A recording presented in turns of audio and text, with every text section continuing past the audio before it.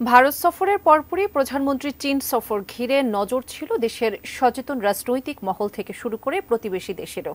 তাই প্রধানমন্ত্রী শেখ হাসিনার বহুল আলোচিত চীন সফরের মাধ্যমে প্রাপ্তি কতটা হয়েছে সেটি নিয়ে এখন চলছে নানা বিশ্লেষণ। চীন থেকে কি পেল বাংলাদেশ, বিশ্লেষণ করেছেন ইমতিয়াজ আলম।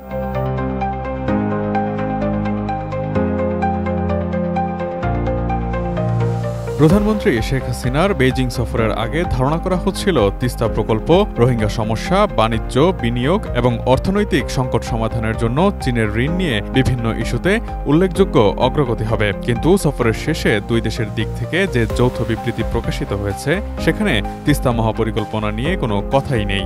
বাণিজ্য, বিনিয়োগ কিংবা অবকাঠামো উন্নয়নের ক্ষেত্রে চীনের দিক থেকে বড় কোনো প্রতিশ্রুতিও দেখা যাচ্ছে না। দেশের আর্থিক সংকট মোকাবিলায় চীনের প্রস্তাবিত $500 কোটি সমপরিমাণ চীনা মুদ্রা ইউয়ানে ঋণ সহায়তার বিষয়টির সুরাহাও হয়নি এই সফরে ঢাকা ও বেইজিং এর মধ্যে 21টি সমঝোতা স্মারক ও 7টি ঘোষণা এসেছে। এই সময় বাংলাদেশের উন্নয়ন প্রকল্পে 4 ধরনের ঋণ দেয়ার আশ্বাস দিয়েছে চীন বাংলাদেশকে $1 বিলিয়ন আর্থিক সহায়তার আশ্বাস দিয়েছে, যা প্রায় $14 কোটি সমান। এই সহায়তা দেয়া হবে অনুদান হিসেবে। 2016 সালে বাংলাদেশে চীনের প্রেসিডেন্টের সফরের পর থেকে ঋণ দেয়ার পরিমাণ দ্রুতই বেড়েছিল। সেই ধারাবাহিকতায় এবারের সফরে সব মিলিয়ে $5 থেকে $7 বিলিয়ন ঋণের প্রত্যাশা ছিল বিভিন্ন সূত্র থেকে। কিন্তু মাত্র $14 কোটি প্রাপ্তির ফলে প্রশ্ন উঠছে প্রত্যাশা ও প্রাপ্তির অঙ্ক নিয়ে। চীনের প্রেসিডেন্ট শি জিনপিং, প্রধানমন্ত্রী লি কিয়াং, চীনা কমিউনিস্ট পার্টির প্রতিনিধি দলের সঙ্গে আলোচনা এবং সফর শেষে প্রচারিত যৌথ বিবৃতি পর্যালোচনা করে দেখা যায় সামগ্রিকভাবে বাংলাদেশ এই সফরে অর্থনৈতিক সহযোগিতায় গুরুত্ব দিয়েছিল, আর চীনের অগ্রাধিকার ছিল রাজনৈতিক সম্পর্ক আর সহযোগিতা জোরদারের মধ্য দিয়ে সম্পর্কের উত্তরণ। ডিজাইন, এলিগেন্স, বিউটি, সেরা পণ্য সবার জন্য জেভিকো।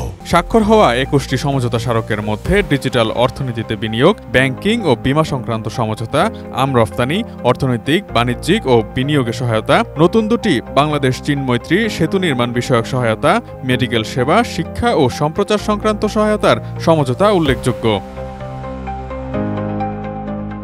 তবে এগুলো প্রত্যাশার তুলনায় নগণ্য বলে মনে করেন সেন্টার ফর পলিসি ডায়ালগ সিপিডির নির্বাহী পরিচালক ডক্টর ফাহমিদা খাতুন। বিবিসিকে দেয়া এক সাক্ষাৎকারে তিনি বলেন, মোটা দাগে অর্থনৈতিকভাবে বাংলাদেশ কিছু অর্জন করতে পারেনি। চীন গত কয়েক বছর ধরে বাংলাদেশকে একটি বড় অর্থনৈতিক সহায়তা দিয়ে আসছে। সেই নিরিখে সফরের আগে বাংলাদেশ সরকারের যে প্রত্যাশা ছিল তাতে আশাভঙ্গ হয়েছে বলাই যায়। সাবেক রাষ্ট্রদূত হুমায়ুন কবিরও মনে করেন, প্রত্যাশার আলোকে প্রাপ্তিটা খুব একটা আকর্ষণীয় নয়। বিশ্লেষকরা বলছেন, দুই দেশের সাম্প্রতিক বোঝাপড়ায় কোথাও না কোথাও একটি ছন্দপতন হয়েছে। চীনে বাংলাদেশের সাবেক রাষ্ট্রদূত ছিলেন মুন্সি ফয়েজ আহমেদ। তার মতে, চীন অংশীদার হিসেবে চায় বাংলাদেশকে, অন্য কোনো দেশের মতো পক্ষ বিপক্ষ বেছে নিতে জোর দেয় না। তাই এই সফরটি বেশ ভালো হয়েছে। ঋণের বিষয়ে সুরাহার জন্য একটি কারিগরি দল বাংলাদেশে আসবে। সামগ্রিকভাবে এতে ভবিষ্যৎমুখী সহযোগিতার স্পষ্ট ইঙ্গিত আছে। $1 বিলিয়ন সহায়তা প্রাপ্তিকে খাটো করে দেখতে নারাজ আন্তর্জাতিক সম্পর্ক বিশ্লেষণ অধ্যাপক ডক্টর সাহাব এনাম খান। এছাড়া ডিজিটাল পার্টনারশিপ, মুক্ত বাণিজ্যের সম্ভাব্যতাও বাংলাদেশের জন্য আরেকটি উল্লেখযোগ্য অর্জন বলে মনে করেন তিনি। Imtiaz Alam, ATN news.